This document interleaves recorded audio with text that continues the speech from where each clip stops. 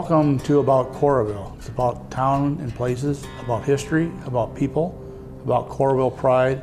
It's about Coralville. My name is Bill McDowell and I'll be your host for today's program. Our objective is to bring forward bits and pieces of the lives of current and past Coralville residents by visiting with Coralville residents that are willing to share their stories about their lives in the Coralville community.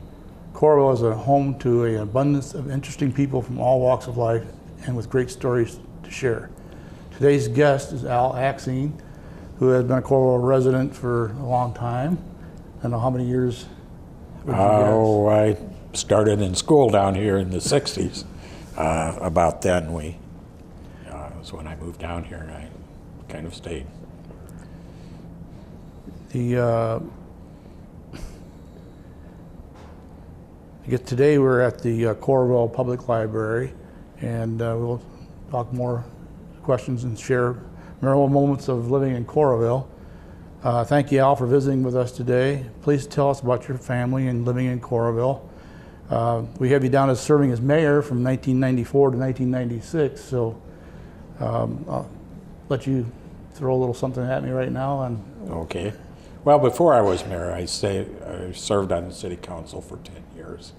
So it's about a 12-year stint in there that I was involved front line in city government. I had been a volunteer before and enjoyed it at that time. So it was interesting. It was at the beginning of a growth spurt in Coralville. There was no question we were going to get bigger and more complicated, and so we worked very hard at controlling that and doing it right. Do you remember how many residents were? Oh, I don't remember. I think it was about 4,000 when I started, and wow. Probably about 8 when I left. So it just doubled, 8 to 10, someplace in there. Interesting. Married, have 3 great children. They're all residing in this area. My wife's family is old Coralville, the Rogers family. In fact, her uncle was mayor in Coralville and a city councilman for a long time before he was mayor. And his wife was, along with some other volunteers, and my wife helped them because we went with her cousins, and they went out and collected books and a radio flyer to start the library. Wow. And so she's been around here a lot longer than I have, and knows everybody. So That'd be a great photograph to have, wouldn't it? yeah, well, they probably have one somewhere. But Pulling a wagon around with books in it. And then they went to the basement of the old city hall that's now on 5th Street and set up shop down there. So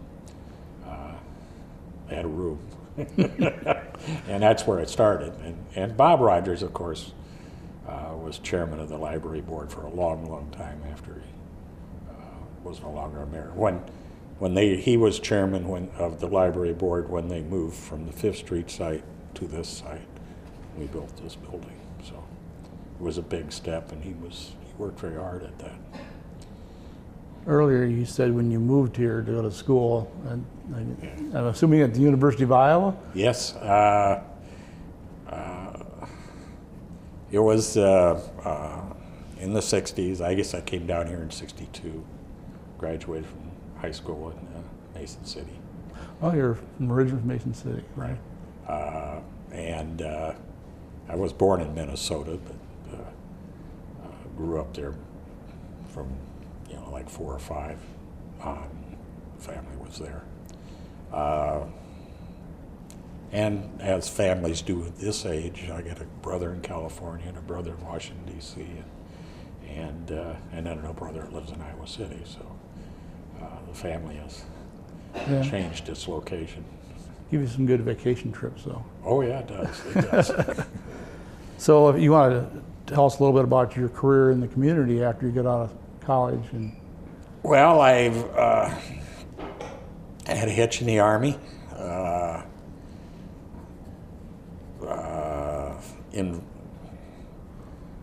draftee. Huh? And that was during Vietnam, so there wasn't I guess it was exciting, but it was a learning experience for, farm kid I'm not a farm kid, but I mean a backwards Rural person. Yeah. To get thrown into that mess. So it's an experience a lot of people had, and I don't dwell on it. I'm very cognizant of some of the problems that people are having now, and working hard to try and help people with that but it was a different time then. So you didn't serve overseas then? No, I was in Washington, D.C. the whole time. Okay. Well, after basic training, and I was taught in a military school there that teaching people how to shoot Scud missiles. It was a Sergeant missile system that the Army had to shoot atomic warheads from the back of a tractor trailer setup. And we taught Jordanians, we taught Israelis, Germans, and it was a crazy kind of event. But the school was very busy, and I actually was on a list that you could not get. I couldn't go anywhere if I wanted to, and they couldn't send me. It was an exclusion list because of critical need. So after your stint in the military, then what did you do next? Well, I came back here and had a couple of years to finish in college. And so now I had the GI Bill, so that made it a little easier, but they'd raised the prices enough that it really balanced out. You're still broke all the time. And went to work part-time for Dick Myers, who was the previous mayor of Coralville also, and at that time he had a gas station in Iowa City. And when he morphed out to the truck stop and I followed him working part-time, I had kind of aspirations of graduate school or possibly going to law school, but when I'd gotten married and a family starts, why it's hard to do those things. Your Responsibilities change. Yeah, it was my decision. I don't regret it not going to law school. I probably would not have been a good lawyer, but it was at that time you make those decisions, and I worked for Ruan Transport for a while, and Chrysler Corporation, the Management Investment Division of Chrysler, and then moved back here to when Dick Myers had decided he was going to run for Congress. He had to set up, put the business in a blind trust to keep conflicts of interest from being involved, and so I came back and took over the operation of it. The bid, he didn't win that election, and so, but we operated kind of loosely under that agreement for the next 20 years, 17 years, I guess it was. So what led you to interest in being mayor? Well, it started out more with an interest of being being on the city council, and I had been on the original cable commission back then, and I decided that maybe I would run, and I asked around, and I think a lot of my wife's in-laws were very supportive, and so that helped, and so I decided to run. There was no great issues at that time, except you knew the prospect of development is going to put a lot of strains on everything in the city. Governance, developers have ideas, and they're not all bad, but they're not sometimes not all good, and so you try to help shape that, and without, you don't have dictatorial powers. So, but I really felt that there should be good, orderly growth and good business management of the city. And it was so different then because we had no administrative capacity in the city. The council actually had subgroups of 3 people, and you may serve on 2 or 3 committees, and you ran those, you administered kind of those areas. And so it was a real hard thing, and so we decided after I was on there about 4 years that we should look at getting a city administrator. And so we then, and it was a big step, it was an expensive step, it was, how do you justify that, questions all the time, and we're getting it done. But you couldn't ask volunteers to work 30 hours a week, meetings at night, 2 meetings a week just to keep the city running. I mean, you just could not do that. It was just, wasn't tenable any longer. And what you missed then was the professional expertise that we needed in engineering and these type of things that you couldn't do with lay people.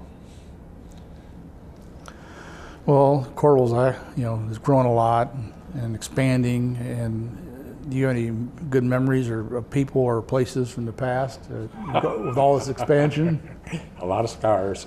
A lot of cigars, did you say? Scars. Oh, scars. I'm sorry. They I've had developers get in my face and say, "I'll take you to court. You can't do this," and things. And yeah, you remember those. But I think the things you really, really remember as you look around are things that have changed, and it really changed for the good. And it was hard, if you look at the Strip. The Strip was a euphemism in the state of Iowa before for schlock, and denigrating the city. Just every time they say it, they say the Strip. It's still the Strip, but it's a much more pleasant place right now than it was before.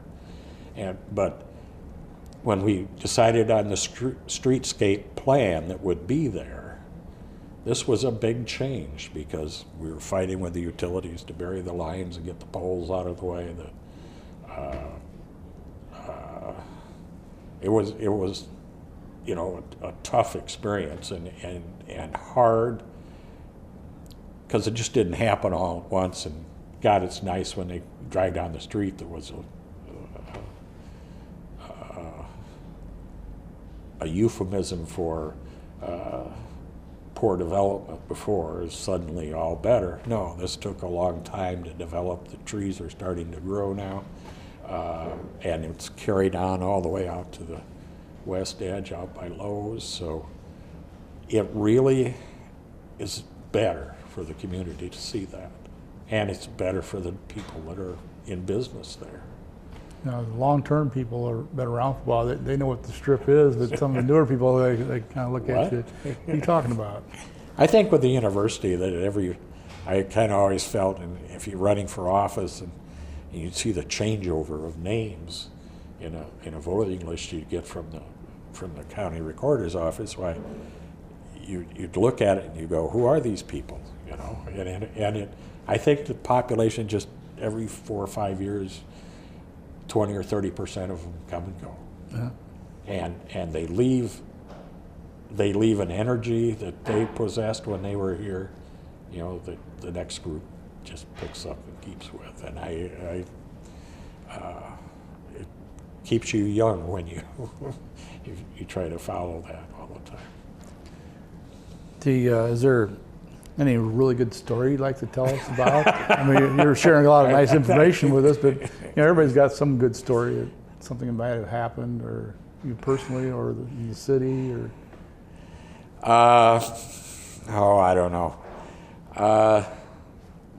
When we started the streetscape, we went to the parking lot of down where the motel and the Chinese restaurant is now, and and this was because part of the end of the strip there is Iowa City. You know, the Wig and Pen, its bathrooms are actually in Coralville, and the rest of it's in Iowa City. And so that first start, not only do we have to get it through here, is we also had to get Iowa City's buy-in, and they had to put their investment in that part of it. So when we kicked that off, we got one of our bucket end loaders from the city, and Quentin Sweeney brought it down, and the mayor of Iowa City was supposed to come, and the two of us would go up in the bucket and at a telephone pole, and, cut the wires. And it was a staged telephone pole, but I mean, that was the symbolic. And I had a chainsaw, and we cut the. And the mayor of Iowa City decided, she couldn't make it there, so she sent the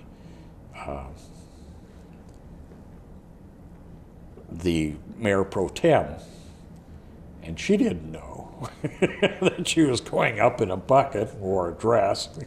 Gosh. She begged out. But Susan Horowitz hadn't told her what was happening. She knew kind of what it was, but she didn't know everything that was happening. So, in a bucket with a chainsaw. in the bucket with a chainsaw. Yeah. Is there something you could tell us that people will be surprised to know about you? Ooh. I'm pretty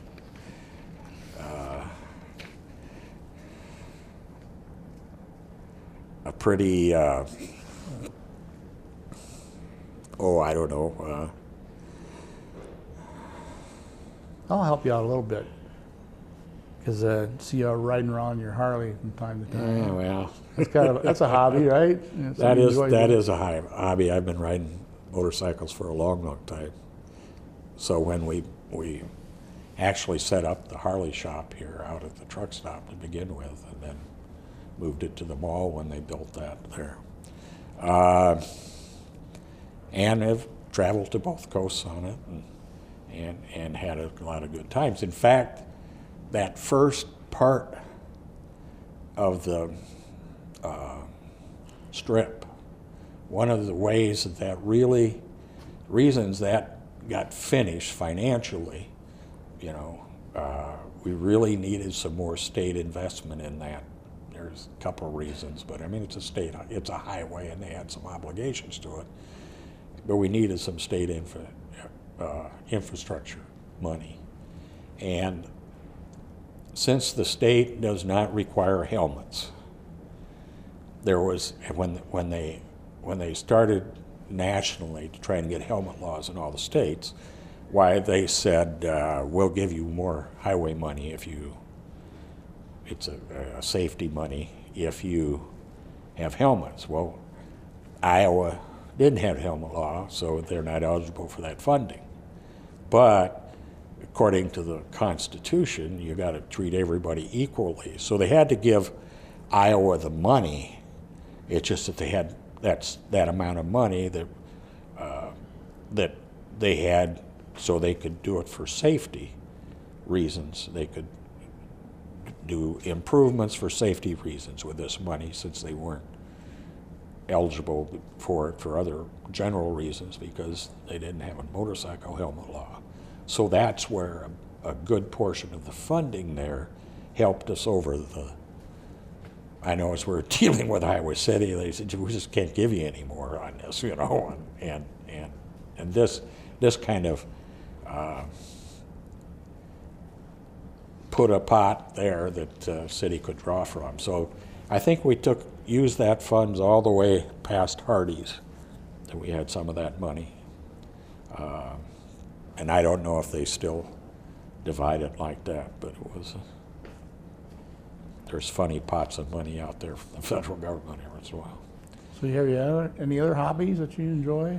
Oh, my wife and I are involved in kind of a antique business and collectible business, and we go around, try and buy stuff and sell it,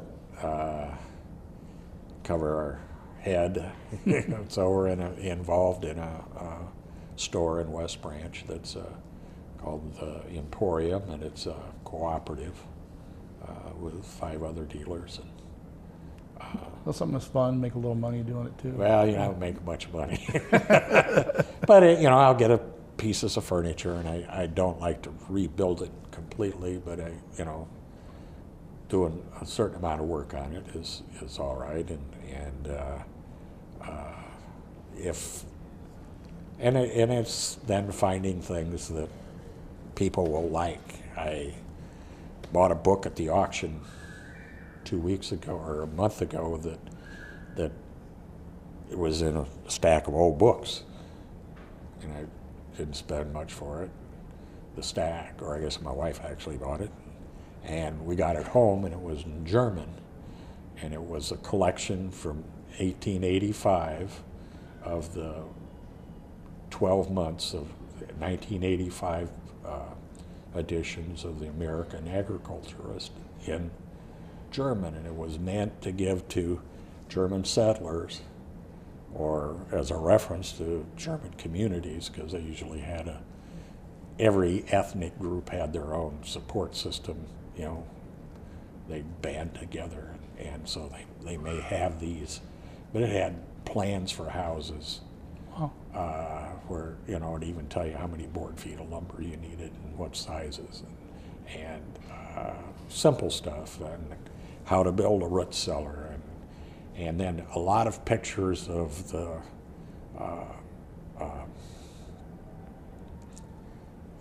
flora, the flowers, what's edible, which isn't, which is beneficial and what's not. Drawings of the weeds that'll come into your fields if you don't fight them. There's no shortage of German communities in the state of Iowa. No, they're not.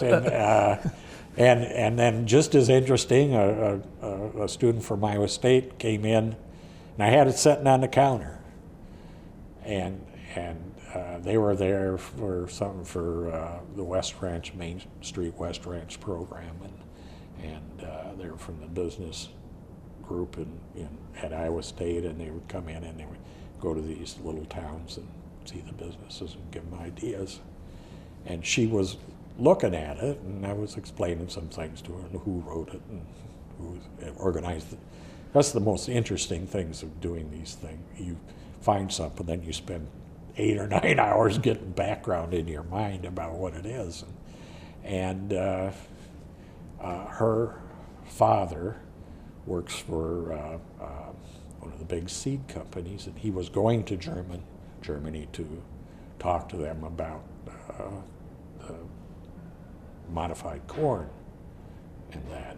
And I think he has a German background of some sort, but he's going to lecture people in Germany on it. So she thought he would like that. Oh, yeah. So she bought it.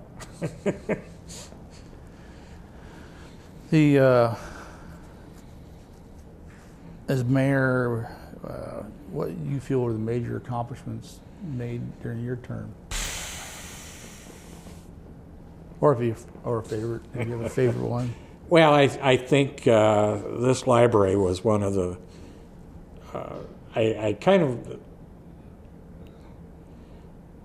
It was kind of a shock when you become mayor, because you have no vote, and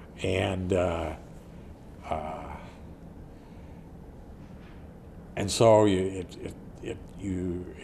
had sat on the council for 5 terms or 3 terms and had input and decision power. When you become mayor, you don't have any of that. You work with the agenda. You make, you try and find, commonality and make it work, and that's your job more than anything. And there's a lot right in that period of time, streetscape, Rockwell Collins, that water tower out there, getting that done. It was in the fire station over here, the police station, that complex, and helping put that together. I never presided in the new chambers. I was in the old chambers in the city hall, but I mean, it was all getting done as I was leaving. But I mean, and the other part of it is the city administrator doing that. It was fraught with some problems. We were not really functioning really well through the first 2 or 3, and kind of with Kelly hit a grand slam homer. He's been very, very effective and progressive and responsible. So that changing the form of government without a big revolution, and which it usually takes, it worked out pretty good. And Al has his fingers in the government still, because we both serve on the same Coralville Broadband Telecommunications Commission. Correct. So.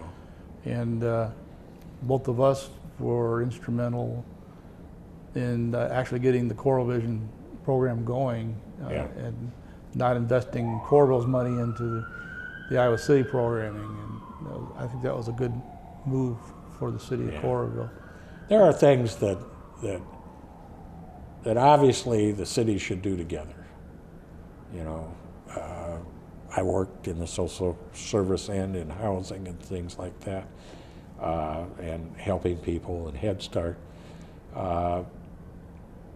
Those aren't something each city should do their own things on, but their own libraries, like North Liberty's got a very nice library too. I mean, that is essential, and it's what you need in a small town, and it's beneficial. But and although maybe together they'd be great, the swimming pools that now exist here, that's in cooperation with the Iowa City school system and what Iowa City had, the original thought on that, and I served on a committee on the council that we worked with the university too on this, is that we put in a big, all, the cities and the county and the university go together and put in a pool that at that time would have rivaled what Indiana had as far as competition, and it would have been an Olympic size, and it would have someplace up by the it was before Carver was built, or about the time Carver was built. So we looked at that, and that's where the talk all started, and then it kind of fell apart. And so then it fell back to the cities and the schools, and then we came up to an agreement where the schools would invest in each of them, and they would get an opportunity to use them directly, and the junior highs were close to each one of them. And that's how the swimming pool thing said. It was something that we knew we would like to do. It was just how do you do it? Animal control. It was something that we went together on, and we built next to the sewage plant that got flooded. That it was actually Coralville owned a share of that, the land and everything. It was changed in title to the city of Coralville in the middle of Iowa City to set up that original commission. I served on that. That was a good accomplishment at that time. And then after I left, it changed from an animal control facility to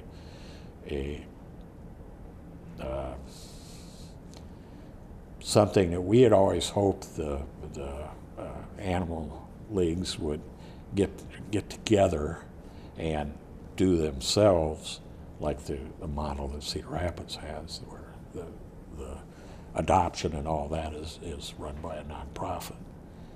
It's really not, it's hard for a city to function with something like that. But it morphed that way, and then it just, I don't know, fell apart and then resurrected itself again. So you go around and you do it the same way again. Well, we might have covered it already, but I had one of my questions was, what was your greatest challenge that you had to deal with? And maybe it was some of the projects you've already talked about. Yeah, they were, and so many of them went through the Johnson County Councils of Governments, and I was on that and was chair of that for a while, and I was on that all the time I was on the council. So,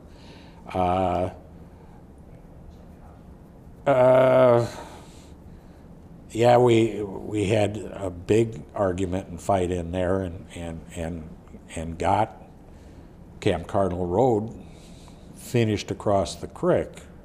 Remember when that was all paved nice? Mm-hmm. Through a big fight with the Council of Governments, they finally relented. We horse traded some things to get that done. Kelly and I did that. It was really and also the dream of 965 going through was approved at that time, but that was part of the horse trade. But there's been no real economic impetus to get that done until just recently now.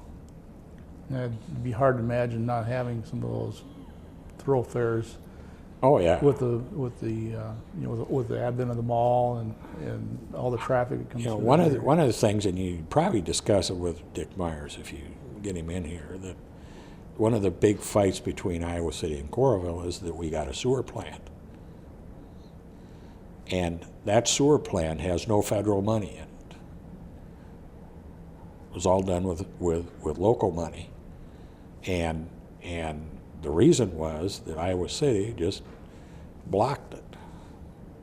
And it was a lot of hard feelings in Coralville. A lot of people didn't even know that fight existed, but and then as we started developing, people trying to source and build like slaughter plants had figured out there's no federal money, so it had no federal regulations that you had to, what you had to treat water to get it even to the sewer system, which that was a big deal to try and control what was going into the rivers, was to say, if because of federal funding, they could mandate it across the country. So any sewer plant that was put up without federal funds was, and we had a couple people come in wanting to build down there, and we didn't want any part of that, and we're lucky that we could kind of point them astray. It would have been tough legally but they wouldn't have met the zoning requirements. But it's not our vision of what we had, is to have a poultry kill down there. If you were to meet someone new to the community or visiting Coralville, what would you tell them about Coralville and that Coralville pride? Well, for the longest time, the Coralville pride was internal. Now, as you just drive around, I know my brother comes from California, and he's a professor out there, and he came and visited, and we were he walking along with me when he and his wife, while I was walking the dog, and so I just came down here, and they marveled at the library, they marveled at the performance center, which wasn't even opened yet, and some of the developments now right downtown,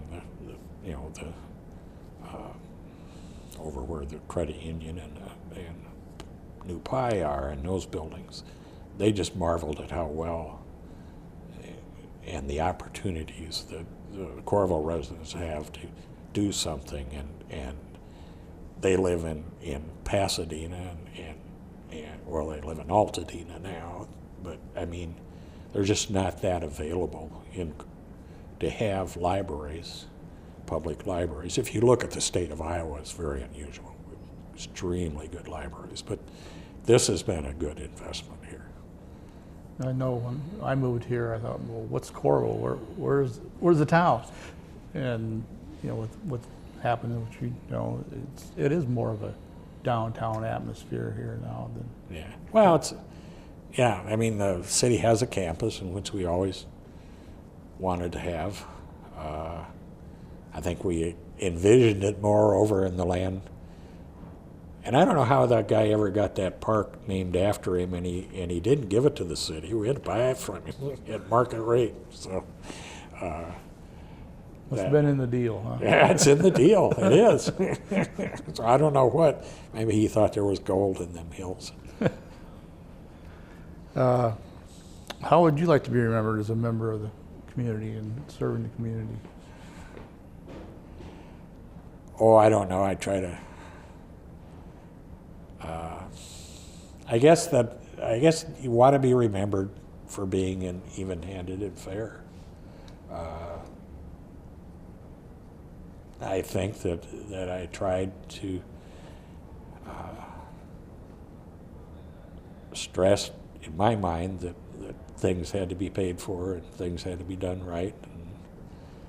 And, you can have good growth, and people need that, you know, and you can't pay with what the taxes you get on the bedroom community.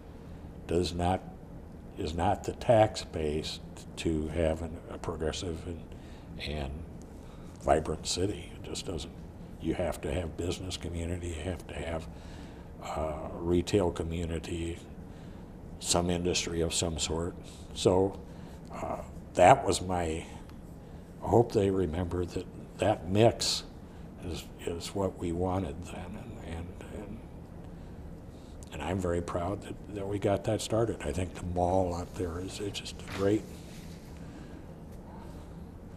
thing to the community. No, you know, you like it or not, it's become a star for where Coralville is. Right. This is where that's where the mall I went to. Yeah. And it's not just from here within even 50 miles. It's hundreds of miles of people that are coming to Coralville. But I think, and I don't know what the rating agencies are looking at to do that, and I've not been in the inside of those type of things in many years. We always worried about that and always, you know, tried to keep things within the bounds we knew they were looking at. And I think they must have changed something that they came and started beating up on the city about it. Things that are in their planned expenses and their revenue is kind of locked in. And so in the process of 10 or 15 years, everything should be in a very good position. If you look at this library, you know, the reinvestment costs more than the original library building here to, you know, expand it. So but you need to do those things. Yeah, it's a very, very nice library. I know a lot of people really enjoy it. Just like this morning, coming to the door, there's people waiting for the official door opening for the day to get in. Well, the parking lot's full. Yeah. And that's good. You know, I drove in, and as I'm coming in, I thought, boy, there's a lot of people here. Yeah. You know, here in the performance arts, whatever. Well, Al, I'd like to thank you for, you know, coming and going through the interview with us, and for your service to the city of Coralville. Is there any parting thoughts that you would like to? No more, I guess. You know, I should keep my mouth shut. Well, thanks again, Al, and we'll see you all next time on About Coralville.